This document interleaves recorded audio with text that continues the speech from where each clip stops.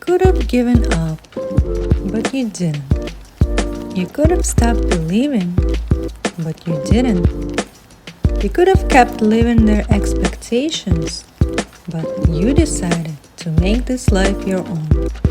And in turn, you're here. Hello, everyone. Today we're meeting Tyler Horsley.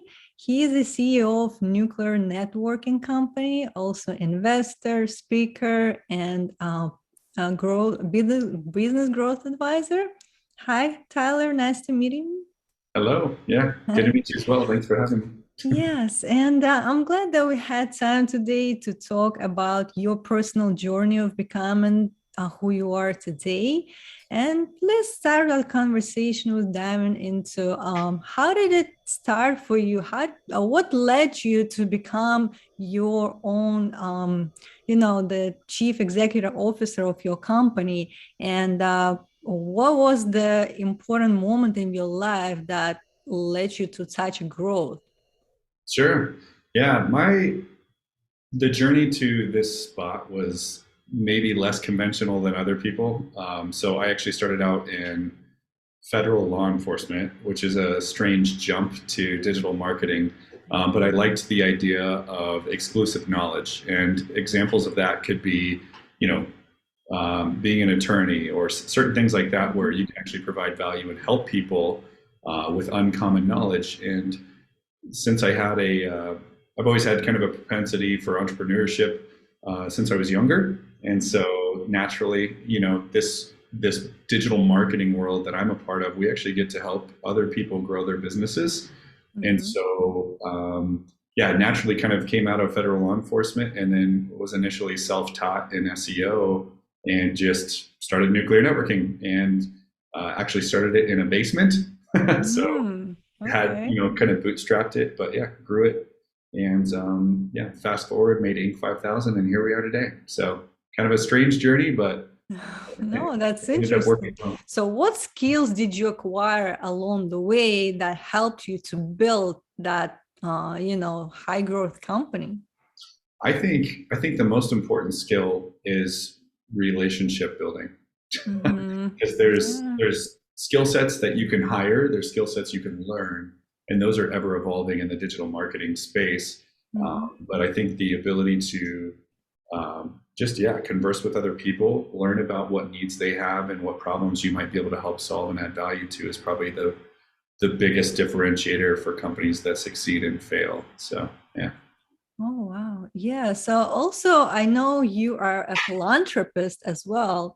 And if you can talk about that part of your life and how did you become such a person that, also uh, not just thinking about yourself, but others Sure. as a humanity. Yeah, yeah. Well, yeah, just jump straight into it. So um, that's how I was raised. So Mm-hmm. before I even had anything remotely successful in business, that's kind of a part of our DNA. So I guess I'd have to thank my kind of my family for that, and then the faith foundation, initially that we were raised with, and it was, that foundation is just treat others as you would like to be treated, and so Yeah. I know everybody has kind of different variations of that from all viewpoints. But for me, after I was able to work my butt off and kind of get to a specific, level, I was able to increase giving, and specifically not only just writing checks, but actually we're Mm-hmm. actually working with a lot of 501(c)(3)s and nonprofits that are Mm-hmm. humanitarian driven and helping increase the quality of life for others. And so that's not it is we do have a segment on our website, but that's just something that I think is important, and we're a drop in the bucket, obviously, but I think if every company prioritized that, like, the world would look significantly different. Yeah. I believe entrepreneurship could solve a lot of world problems. So Mm-hmm. yeah. No, that's right. And I'm glad that you brought up like a lot of businesses could leverage what they're doing and also helping others, not just for profit, even for profit organization, they Yeah. can also do something for others as well. as Yep. part of their business structure. So for those who are still like in the stage where they trying to find themselves and what they passionate in life and how to start their own business nowadays in this world where everything is online, what would you Yeah. advise them? Like, what are the simple steps that somebody who is new to this in their 20s, they just want to start their business? What would be the best way to kind of like focus on what matters and do it effectively? Sure. Yeah. So if you're in your 20s, or even if you're not and you're looking to start a business, we live in the best day and age right this moment where you have tons of free education and availability on even Mhm. platforms like YouTube. So, a caution before I even give this experience share, there's also a lot of bad information. So, just Yeah. use discernment. I'd say consume as much as you can. But, if I had to start again, looking at and just learning how to kind of qualify business ideas, I think is pretty important. We might have ideas of, here's a company that I want to start because I have a passion for this, but there are also softwares out there, Ahrefs, Ahrefs.com, Mhm. keyword research tools where you can, if you had an idea, maybe your idea for some reason is to start a hot tub store. I'm making this Yeah. up. You can actually do research and find out how many people in your area are actually looking for hot tubs. So before you even put money behind a business idea and kind of take the leap, you can do a lot of, preliminary research to make sure that you essentially have a market. So I Mhm. would say, I guess, just to sum it up, I would watch YouTube as much as possible on like business growth opportunities, how people are growing Mhm. business, and then specifically, and this is of course one of the reasons I'm in marketing, but um, thinking about things differently. One thing I would recommend people look at is what's called funnels. Mhm. So it's like there's certain companies that do this, right? There's like Yeah. ClickFunnels, there's all sorts of companies, but the back in the day it was, hey, I need to save all this money and build this huge website that frankly, if nobody sees it, it doesn't serve us. But whereas funnels are specific landing pages that cater to a specific product or service, and it's like, if you are looking for home cleaning, this is a Mhm. funnel and this is how you get a free quote for home cleaning. And um, it basically, that would be a really good thing to kind of look into and learn for cost efficiency, quick startup, and give somebody the ability to kind of get out into the market without needing tons of money to create all of Right. these Yeah. assets. So yeah. But also, you mentioned marketing. So, marketing is a very important part of each business. Even if you start your own store or Right. if you're selling services, products, you still need to get the word out there. So, Right. with the marketing now in this, online presence is important. But where would you think is should be the most focus? And like, what are the best, I don't know, like technique or Sure. strategy for Yeah. businesses to kind of like to make that awareness in Mhm. the sectors that's important for them? Sure. Yeah. So different sectors and different industries will benefit from different channels. So what that means is if you're selling beauty products or something like that, Facebook and Instagram might be the best place to start. And what I Mm-hmm. mean by that is not only just having a presence, but actually doing paid advertising, right? So you have a lot of Mm-hmm. people socially engaging. You can show them images of maybe your product or makeup or whatever that might be, and those are good platforms. If you're selling personal injury services and you're an Yeah. attorney, Google search and SEO might be better for you. So, for any business owner out there getting a start, I would highly recommend, and companies are built for this, so this isn't bad, but go to marketing companies and ask for a free analysis and a free proposal. Because Mm-hmm. what's going to come from that is that marketing company who's been doing this for a long period of time will actually give you recommendations. Hey, Mm-hmm. you really need to be advertising on Instagram and you should spend this much money, or you really need a Yeah. funnel built and here's what it costs to build a landing page. Even if you're not going to engage with them, it'll give you a better idea from someone who's experienced, here's what I really need pertinent to my specific industry. And then that kind of will give you an educated head start instead of guessing. So that's like my Mm. number one recommendation. Get free information from marketing companies.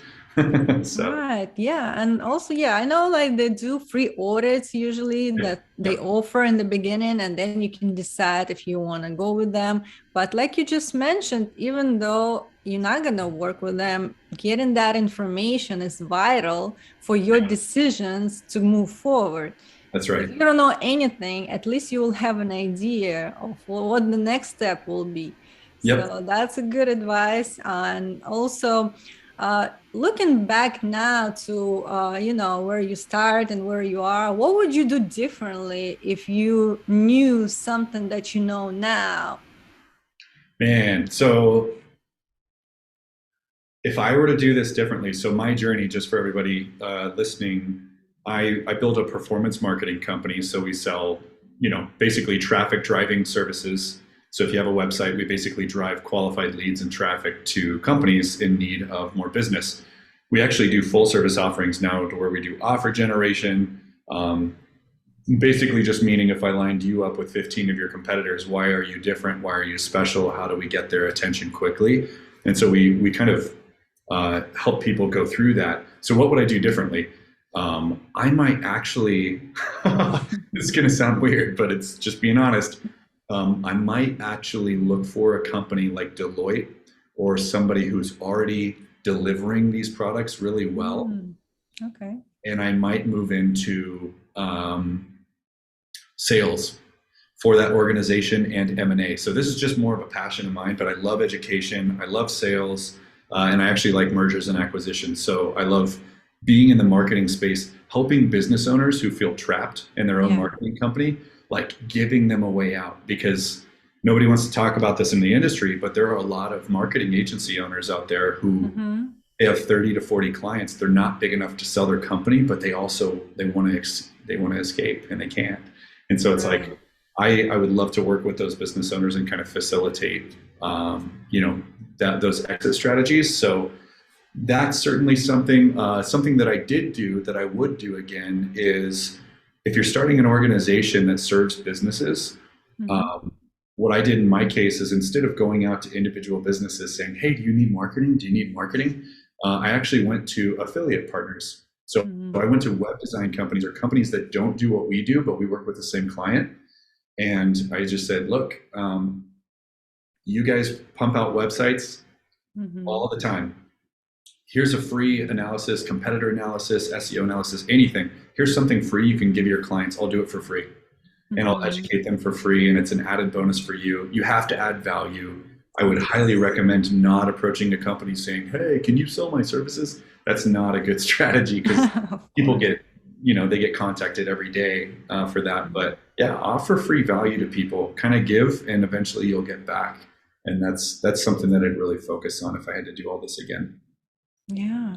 And you said that the most important skill for you been networking and talking to people, and also with that value that you can add to their businesses or to themselves personally, you kind of like establishing the relationship that work both ways. So Yeah, they will be eager to help you, yeah, and just because of that, because of the way you approach them, your attitude, and yeah, what they are gonna get out of it too. So I mean, like, yep, it should be beneficial from both perspectives, otherwise it wouldn't be as helpful for either right. one of you. Yeah. Exactly. Yep. Reciprocity, right? If you can give them value and it benefits them, they're going to listen to you, versus you just asking for something. So it's a good way to start a conversation. So, Right.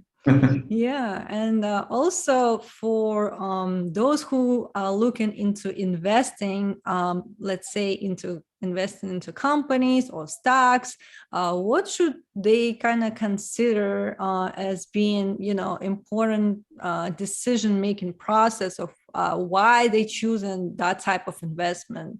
sure. Yeah. So if somebody's looking at investing in companies or something like that, presumably they have money, they're looking to either buy a company or invest in a company.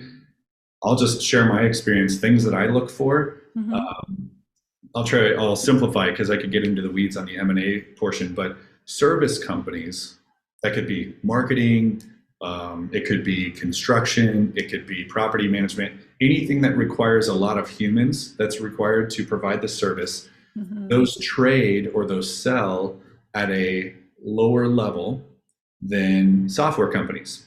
And mainly because it relies on a lot of humans. And so Right. there are calculations in the space. They call them comps, they call them multiples. But just to simplify, if Mm-hmm. you're doing 1 million a year in profit or EBITDA is what, and you run a service company, you might be able to sell that for 3 to 6 times your bottom Mm-hmm. line. So if you have $1 million profit or Yeah. EBITDA, your company might be worth $3 to 6 million. If you invest in a software company, your company might be worth 15 to 30 million for the same amount of work and the same amount of Mm-hmm. profit.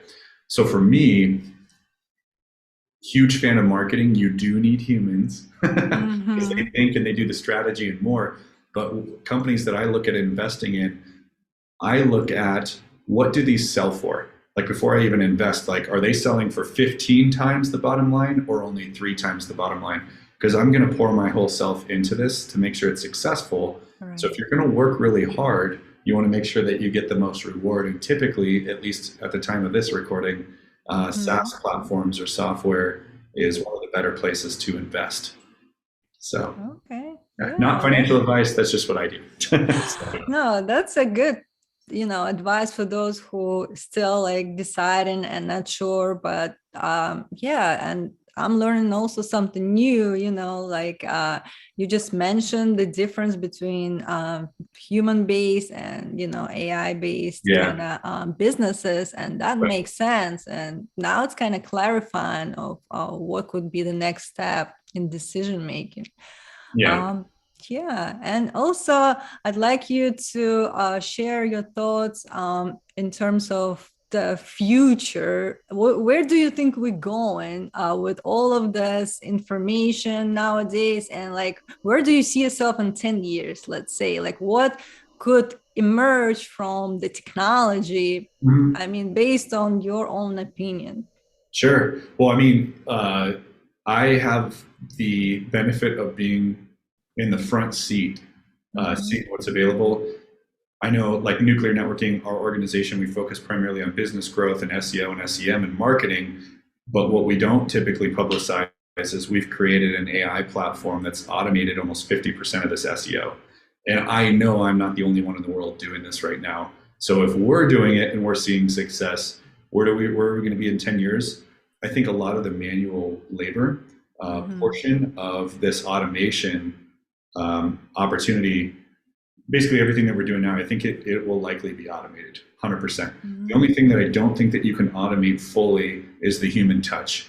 Now, I could be wrong someday. Obviously, a sentiment and more is better organized from an AI deliverables perspective or capabilities perspective. Maybe that could change. But as of right now, you can use algorithms to dictate like here's what the most optimized site looks like, here's what all your competitors who are beating you are doing, and here's how we can change your site to do so. And AI can forecast that, but like human emotion, Mm-hmm. how do you tug at heartstrings to position your product in a better light to really provide value versus the person down the street?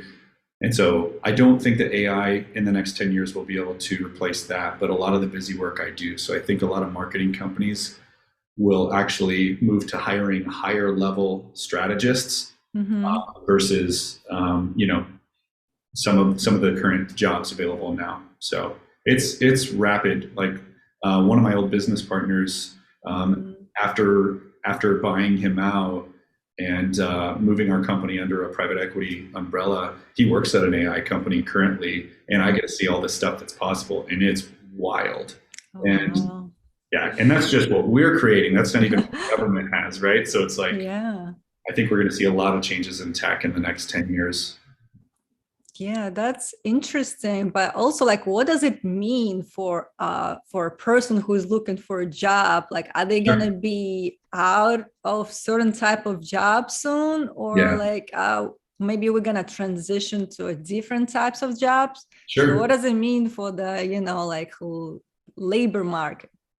So I'll speak to the labor market. in just a second. And one other idea I'd like to present in a line with that. I actually heard it on Joe Rogan, but there was a speaker on there, and this gentleman said, in a perfect world, if we could set politics aside, if all of us could put our brains together for AI to do all of these busy work, pretty much automate anything as possible, everyone would now have the bandwidth instead of just trying to make ends meet and pay month to month. And there's a lot of people, I used to be that way as well, and very well could go back to that. Nothing's guaranteed. What if everyone could just focus on education, whether that's science, engineering, values, right? Whether it's faith or not, like still caring about the human condition. If we had, like, if you look at Tesla right now, it's almost entirely automated. They're building cars, and like robots and AI should be working for us, Right. so that we can live life, not just. And I'm trying to be careful with my words so nobody thinks I'm some ideology. But with that being said, rewinding, what are people going to do if these things are automated? Well, I'll tell you what we're doing and what I hope other marketing companies do. Marketing companies are, and tech in general, adaptability is the key to success. It's not even innovation right out of the gate. That's still up there. That may be top three, but adaptability, we saw that through COVID, through the pandemic, through, if you can change quickly and re-optimize and keep good people who get it, want it, and have the capacity to work there, what we're doing is we are basically doubling and tripling our education. So people doing certain jobs now, we're running them through MBA level courses to level them up, so that if this work they're doing now is automated, they can play the role of strategist because they conceptualize and they understand how all these moving pieces work, whether a robot's doing it or not. So I think that new jobs will be created. And I think the opportunity, and anybody listening who is in one of those jobs, like, make yourself marketable, learn always, right? Learn as much as you possibly can and level up. And that type of human consultation and human interaction, I don't believe in the short-term future that will be able to be replaced by a robot. So that's a good place to invest in yourself.